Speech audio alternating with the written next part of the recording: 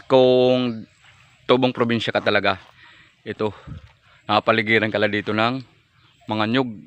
Ayan. Tapos ito lang yung daan talaga, as in daan lang ng tao. Kasi umanon ako dun sa medyo nadadaanan ng motor. Ayan, nakita nyo naman kanina. Yan o. Yan. Kung may mga lupa kayo dito, so kanya-kanyang tayo kayo ng kubo. Ayan. Sa ganun, pag pumupunta kayo dito, may masisilungan kayo or mapapahingan oras ng tanghali. Ganan doon, kubo yung guys doon. Yan o. Kubo yan o. Bubong lang nakikita. Dito guys, ano na sila dito ng nyug, nagpaakyat. Oh. Yan o.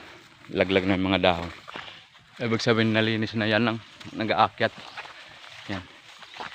Itong mga kalupan dito guys, lupa namin to ng kaluluhan. Yung ibig sabihin, isang homestead to guys. Yung isang homestead, 24 hectares. Ayan.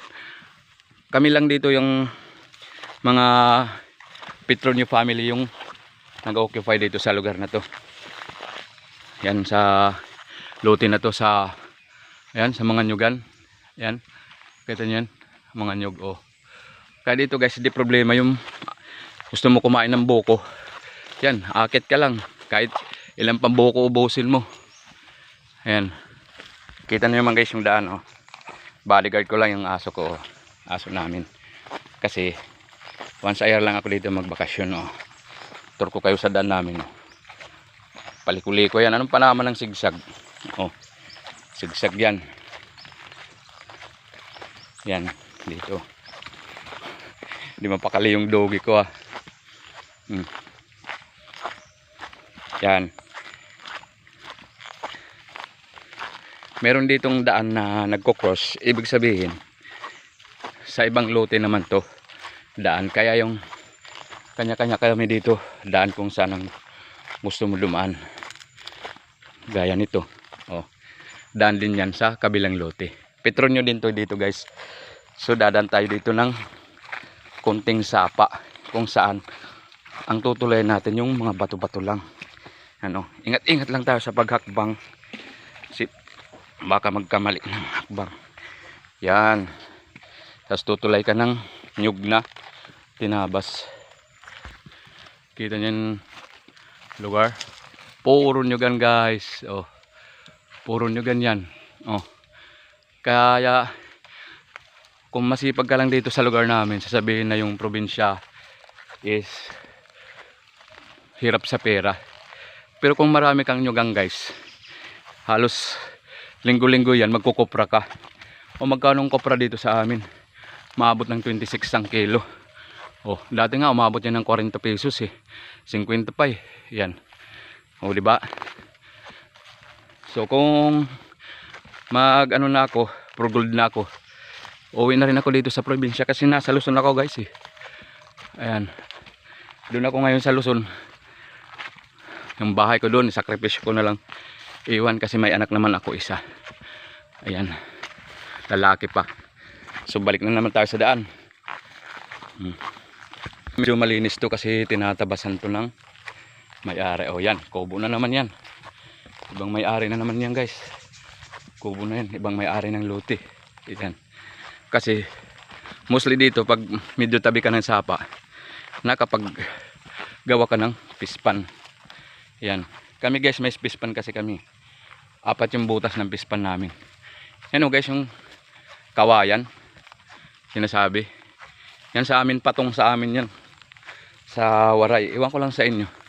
Yun ang pwede pambako dito guys ng ano, mga bahay mo, pwede mo bakuran ng ganyan. Oh, matatanda na guys. Ibig sabihin guys, pag matanda na yung patong, ibig sabihin may anan-anan siya, may puti-puti siya sa katawan niya. Yan o. Yan o. Yan, may puti-puti siya sa katawan niya. Yan o. Yan. O diba?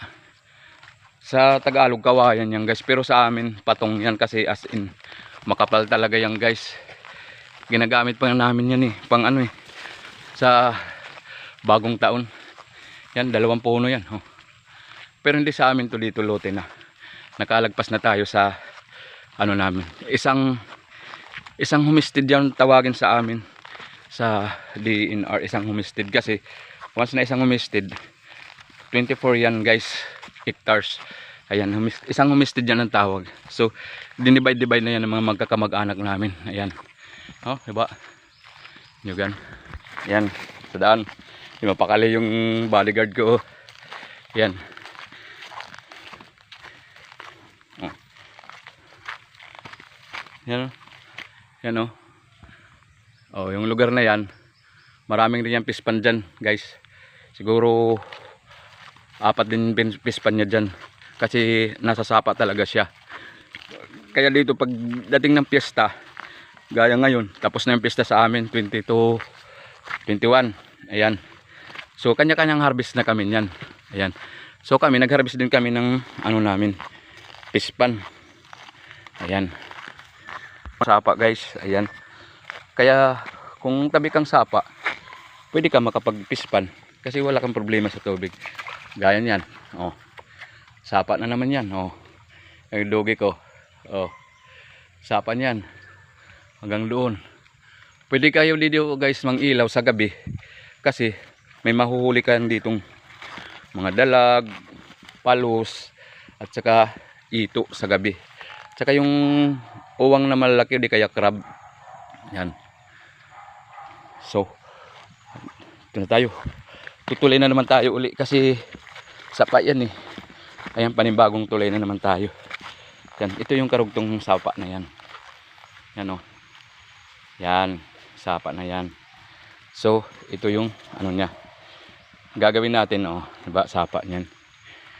So, tutuloy na naman tayo. So, yan guys, slowly but surely, dahan-dahan bigla, tusok pababa. Yan. Na thirst na yung ano ko dogi. Uminom siya. Pag makita kayong mga gantong guys, mga puno, simisami na kalipayan. Ayan, ibig sabihin, pagitan ng mga lupa yan guys. Para hindi kayo magsakop-sakop kung sa oras magkukupra kayo. Ayan. Hindi kayo mag-aangkinan kasi may palatandaan kayo. Wala kang may kakatwiran na sa'yo yun. Kasi andun yung mga pagitan ng lupa nyo, tanim. So meron na naman dito guys, sapa. Minsan natutuyo siya pag tag-araw. Pag tag-ulan, minsan nagkakaroon siya ng tubig na galing sa ulan or sa bundok. Yan So ito guys dito. Ito guys yung mga ginagamit na pwede mo gawin tong basket. Ano ba to? Or bubong. Ayan, bubong ng bahay guys. Ibig sabihin, ito yung nipa. Ayan. So minsan pag may tubig dyan, pwede ka manghuli dyan ng crab sa gabi. Ayan. So, dito na naman tayo. Oh, di ba ang kapal yan? Oh, kapal yan guys. Pwede mo pang ng bubong, himpawid. Presko pa guys yung pakiramdam mo. So, malapit na tayo. Umakyat. Umakyat na tayo. Oh. Kapal yan guys. Oh.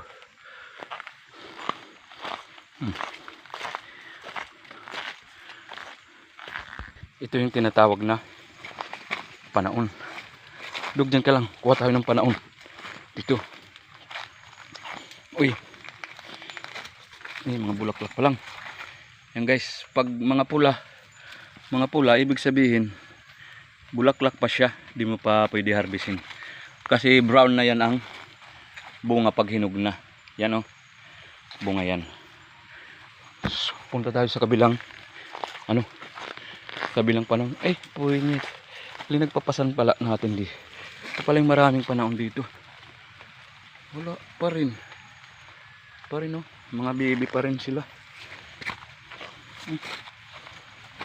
Wala pang hinog.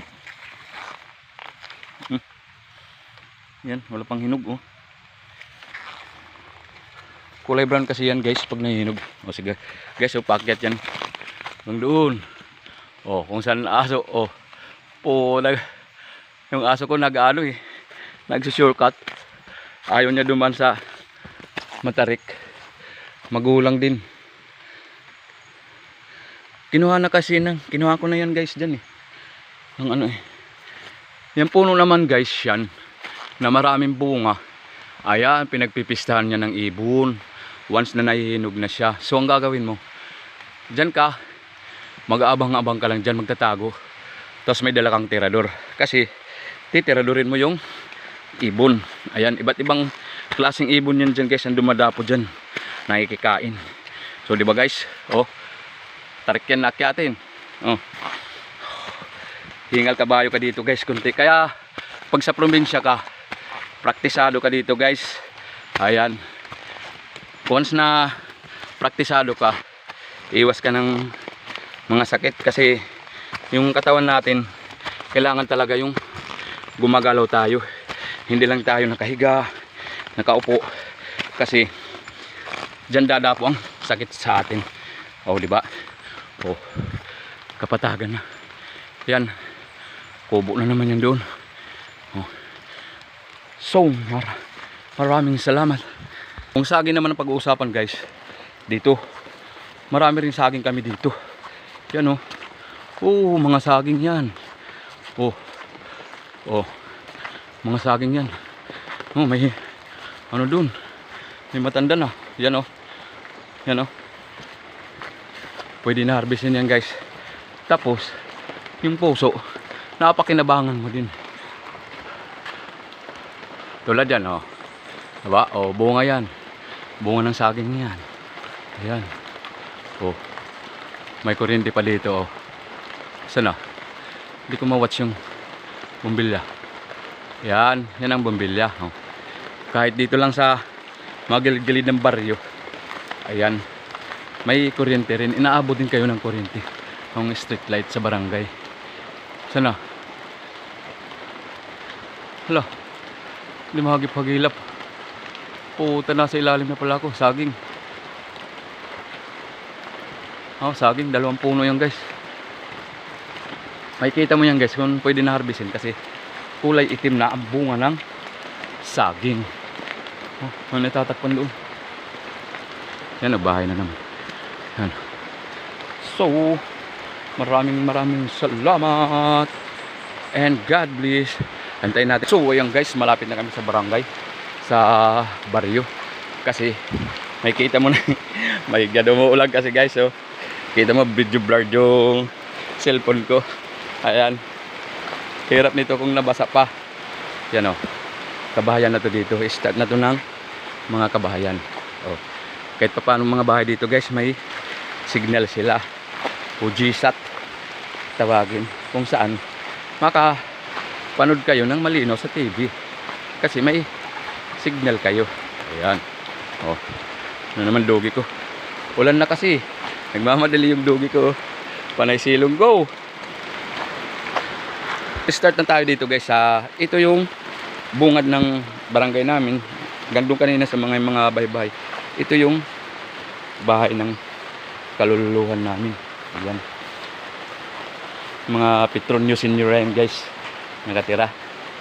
Oh, ayan bahay nila. Oh, bahay nila. So guys, pasensya na medyo magalaw yung camera ko kasi umuulan na nga eh. Ayan, baga di nakisama yung panahon sa pag gagawa ko ng videos. Ayan.